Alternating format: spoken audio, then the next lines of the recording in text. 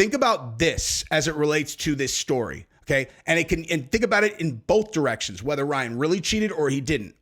Ryan bet $2 million on himself and supposedly won $12 million. Let's say that he did cheat. All right, so this is heating up now.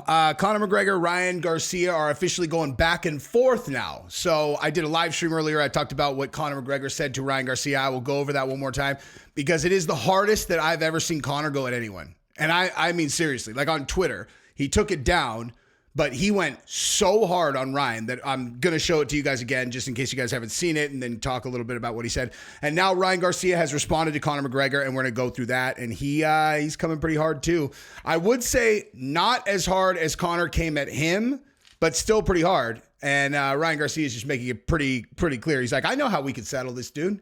I have a really good idea. I heard that you just bought a new organization, something about bare knuckle, something or other. I think might be a discipline that I'm the specialist in. Maybe we could do that. Maybe we could bare knuckle box it. And that just so happens to be an absolutely perfect segue for me to discuss the UFC's silent ownership in BKFC. This is my theory, right? My theory, working theory, is that UFC and Endeavor or TKO are actually the ones behind the Conor McGregor ownership in BKFC, silent partners.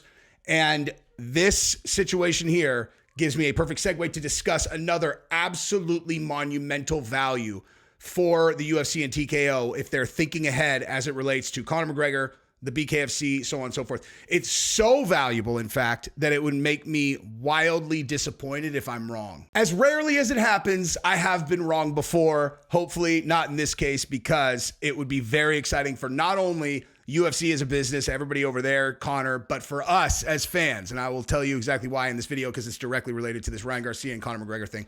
As a matter of fact, actually, I'm just going to start right there. And then I'll come back and get into detail about their back and forth. But the only thing you need to know for this first part is that Ryan Garcia is going to challenge Conor McGregor to a BKFC fight, okay? Which would be amazing, obviously. Really quick though, I want to thank the sponsor of this video, which is Yo Kratom. If you're a Kratom user and you are a bulk buyer because you like to get it all at once and then warehouse it, Yo Kratom has $60 kilograms. You will absolutely never find a better deal than that. And it has automatic 2-day shipping. It is incredibly reliable. The product is good. YoKratom.com. Give them a look. Okay, these two stories are even more connected than I realized. All right, so last night, Conor tweets this. What can I say? I'm making moves years. That is a typo, obviously, a big one that is extraordinarily obvious, and then he tags BKFC. That's the same night that he also tweeted this, which is what we're going to talk about here, which is the thing to Ryan Garcia, and I'll explain to you exactly why those two things are very notable right after you subscribe to this channel and like the video. But like I said, we're going to start off with this deal again, that Conor McGregor is the face of BKFC now as an owner. And my belief is that this is who's actually behind it, Dana and the UFC. And obviously Conor does have ownership, but I think the silent owners in this deal are UFC, Endeavor, TKO. Okay. So here is why I want to bring that up, is because I recognized another incredible value that the UFC gets out of this deal if we are assuming that it is in fact structured the way that I'm saying. So think about this. If Conor McGregor loses to Michael Chandler, let's say he gets sparked early, right? Say it's a bad performance and he gets sparked. Now you have this superstar, incredibly valuable asset that you have tied to you contractually at UFC, but he can't really sell any more really big fights. You could maybe bring Nate Diaz back and you could do that fight, and that would be a huge one. But outside of that, like, how are you going to use Conor McGregor in the UFC, which is it's an established machine that pits the best against the best. And the thing about someone who has been at the absolute top, you can't really build them into anything starting low again. Like that's why as soon as guys who have made it all the way, they lose a few fights to like top guys and people are like, dude, this guy needs to retire. It's just the way it is. Like no one goes backwards and starts fighting contenders. You know what I mean? It's just not the way that it works. And so with Conor in that situation, you now have no value that you can really gain if he only is tied to UFC. However, if you have secretly invested in BKFC and BKFC is going to serve as your now Zuffa Boxing. Zuffa Boxing was going to happen forever. It was always going to be Zuffa Boxing and it just never did. And now you recognize, oh, there's Zuffa Boxing, BKFC. And they go and invest in it quietly. They make Conor the front man. And guess what that does in the event that Conor loses in the UFC? Okay, the only reason that Conor couldn't fight in another organization is because he is contractually tied to UFC. UFC can allow him to fight wherever they want. So in the event that he did lose, okay, the UFC can either go public with their ownership in BKFC, or they can still remain silent, but they allow Conor to fight in BKFC, at which point anyone with a brain will obviously know that UFC does, in fact, own the BKFC. So the bottom line is this.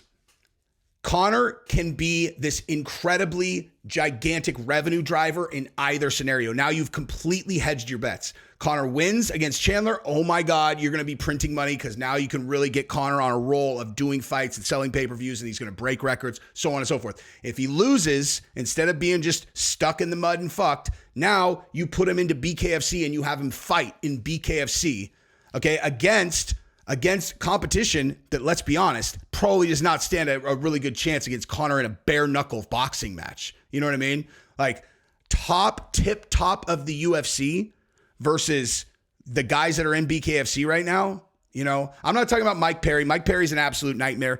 If they're smart, they would have them in two different weight classes because you have two stars. Why on earth would you have them fight each other? That makes no sense. You don't need to have Conor fight Mike Perry to sell a bare knuckle boxing match again with Conor McGregor. Like, you don't need to do that. You put Conor against whoever and it's going to sell, right?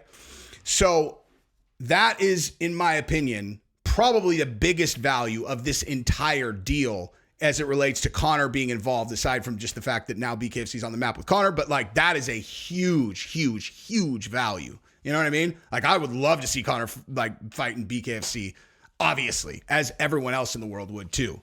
And again, that puts him in this position where you can feed him guys that he'll beat, you know, like you feed him guys that he'll beat. Mike Perry is obviously a savage and he's found his wheelhouse in BKFC. But the bottom line is, it's not like anyone's looking and going, wow, like what caliber guys is he beating? Everyone just knows that he's always winning, you know, like Mike Perry is a killer. And I'm not trying to take away from anything that he's doing. My point is just that the viewing public only sees wins and losses, okay? Like, that's it. So you put Conor in there, and in BKFC, you do whatever you want. You just feed him favorable matchups. So now UFC wins either way, assuming that I am right about them being in this company, given that I'm looking at a photograph of Dana and fucking Dave Feldman together. What are the odds that he's not behind this? Give me a break. All right, so let's move this along, and we're going to go to the Conor and Ryan Garcia back and forth. The last thing I'll say about this BKFC, UFC, TKO deal is this. Obviously, if I'm right, these guys do not want anyone to know that they are silent partners in this company.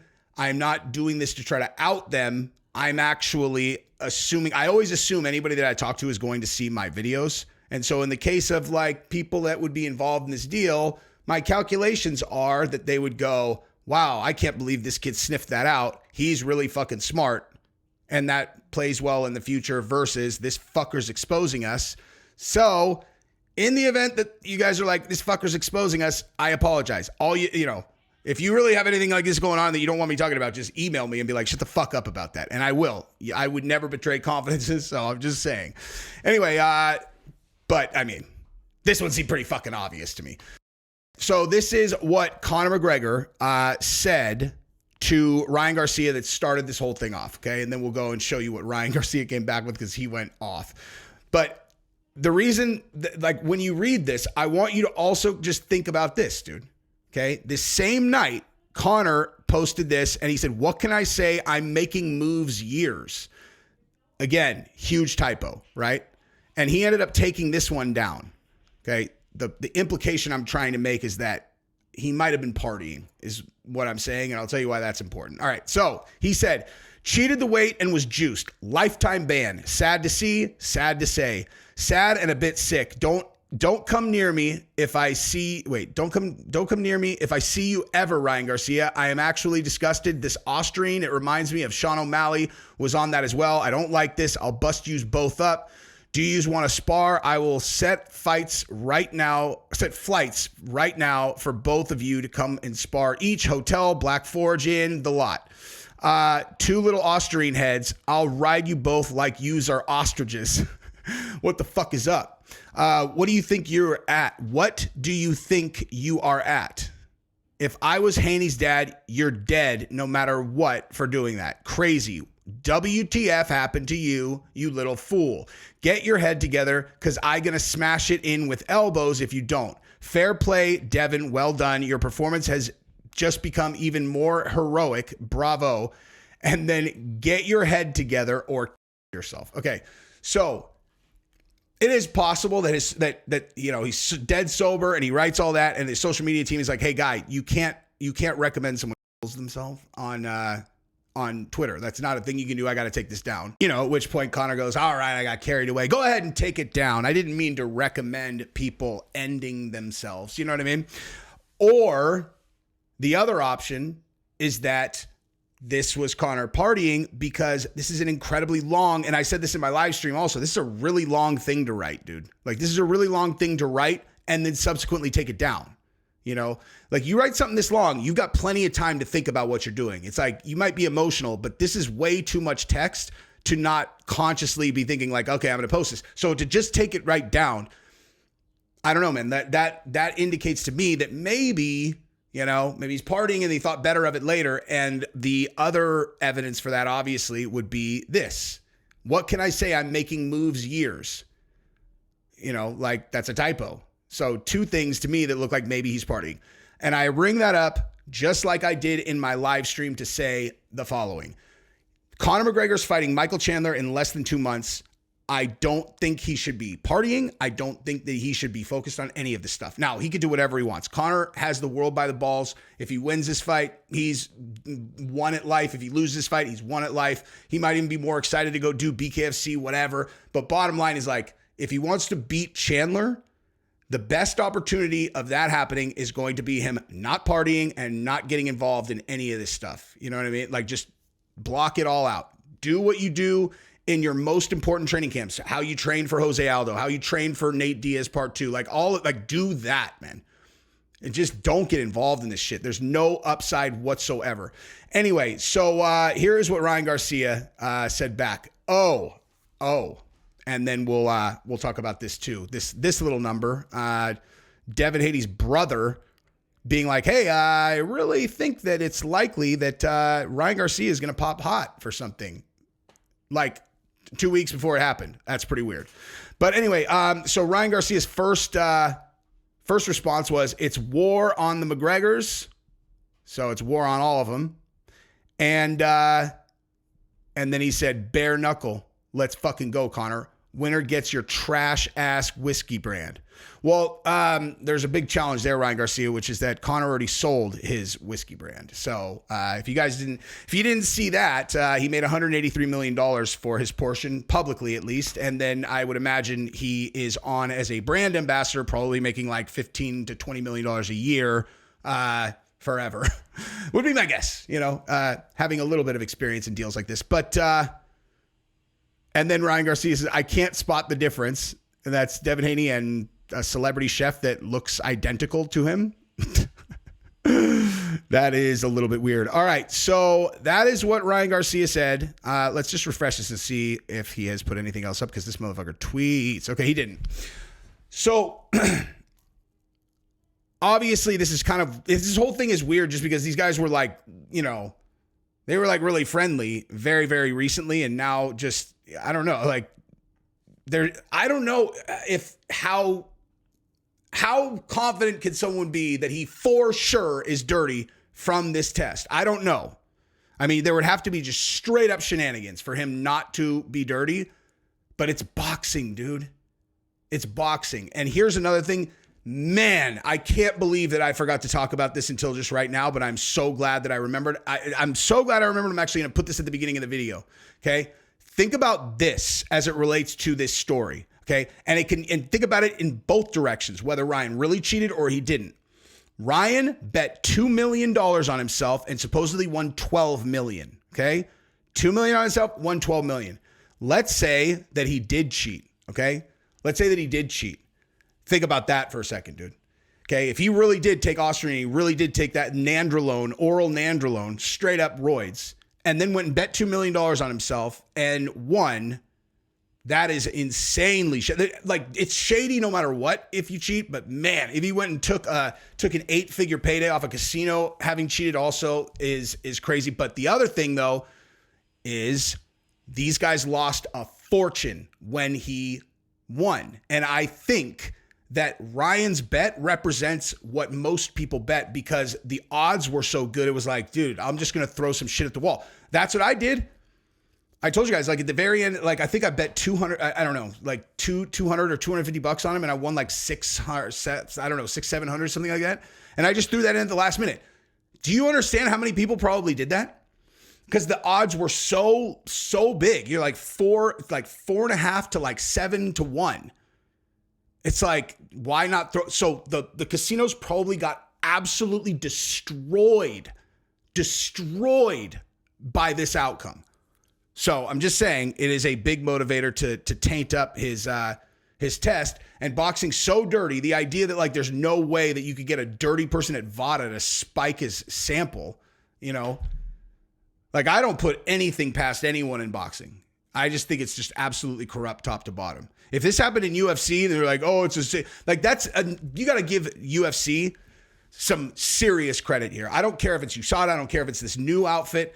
If a test comes back hot, I would never even entertain that anyone involved at UFC or whatever could have even plausibly in a million years had anything to do with tainting a sample. Like the UFC is the most professional combat sports organization ever.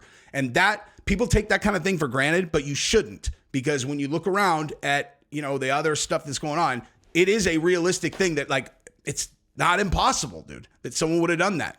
You know what I mean? And now we move to the shadiest thing of this whole story. I showed this on my live stream earlier when I showed Steven Strangles People's video about this, which was great. You guys should definitely go watch it if you haven't. But he had this on here, and just in case you didn't see my live stream, because, you know, a lot of times like YouTube doesn't show live streams to a lot of people, so it's highly likely you haven't seen it. This is Devin Haney's brother 2 or 3 days after the fight, way before the test comes out, saying that God told him that Ryan Garcia's test is going to come back dirty. On Saturday, you know, you see what happened, but it's okay. Wins and losses is what makes us bosses. You know, we did everything right in training camp, no excuses. I just don't know how Ryan did everything wrong and won, but like I said, no excuses. All glory be to Allah. But something crazy, though, is I was on the prayer mat today, and Allah was just telling me he was going to test positive for his drug test. Keeps going in my brain, and I'm like, no excuses. I mean, everything happens for a reason. And he keeps saying he's going to test positive for his drug test. He's going to test positive for his drug test. Yeah, but we'll see what happens. Like I said, all glory be to Allah.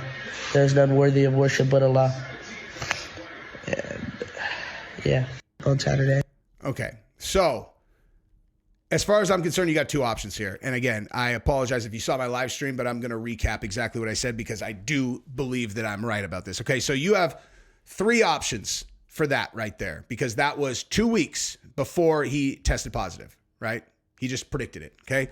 Option 1, he threw shit at the wall and just got completely stone lucky, like just an absolute ridiculous lucky call that he, you know, I don't know, I just think he's going to, and then it did. Luck. Very unlikely in my opinion. 2, he is psychic or actually spoke to God. Also, no offense to him or to anyone, you know, who believes that like that kind of thing happens. But in this case, I don't believe it. You know, I think that's incredibly unlikely that either psychic or that God told him. Okay. Option 3 is he found out that Ryan Garcia's test was going to be dirty. He was not supposed to talk about it. And then he couldn't help himself because he's young and he's got social media brain and he's all, you know what I could do? I'm not gonna tell anybody, but I could definitely go on social media and just say like, man, I don't know. I just have this feeling God keeps telling me that he's going to test positive, and then they'll think I'm psychic or that I have a direct line to God when it happens. See, Dad, I didn't tell anybody. I just said that like, I just had this like feeling because I did even before like I found out that he had a, you know, that the test was going to be dirty. So I think that is definitely the most likely scenario, but that doesn't mean either either thing, right? Because if they were going to dirty him up, right? Like they were going to actually conspire and make it dirty, that is one way that they would know, of course. But the other way they could know is the test was before the fight, right? So they could know almost immediately after the fight that Ryan's test came back hot, and you still wouldn't announce it for 2 weeks. Because you got to ask yourself this: why are they announcing it now? Like, why now? 2 weeks later, okay? There's a very simple answer. It's not complicated, right? The answer is because if they knew Ryan was dirty before the fight, why'd they let the fight go off? Why'd they let him get in the ring when they knew he was juiced up or whatever? Okay, and that is a very simple answer. It's because they already spent all the money promoting and doing the fight. Like if they pull Ryan from the main event, they sell no pay-per-views, none, right? And everybody who bought a ticket is going to be like, I want a refund. Okay, you're talking millions and millions and millions. You're talking probably 9-figure impact if you do that. Okay, when you take how much you spent and how much you would have made, and you just go whoop. Okay, you really think they care that much about Devin Haney's health or the fairness of the game that they're going to just go fuck $150 million? There's no way they're going to do that. They're going to fight, and then they're going to announce afterwards that it's a no contest but they thought Devin was going to win anyway, right? Like they thought Devin was going to win, so they're like, fuck it, we let him fight. Who cares? Okay. Once Ryan wins, they know if they announce 2 days later, oh, Ryan pissed off, then everybody's going to be like, why'd you let the fight happen? And they can't say, well, we had already invested all the money and we really wanted to get everybody's money and let everybody bet and all that before we whatever. They have to put some time in between so that they don't have to answer that question. So they wait 2 weeks, then they put it out, and then this. And it's highly possible that the Haney family would have known that very soon after. So I would bet that this kid knew, but that could go either way. They could have been dirtying him up, or it could have just been what I just said. So I don't know what the answer is. What I do know is that someone knows, and I wish it was me. Anyway, that's what I got. Subscribe to the channel, ring the bell. Peace.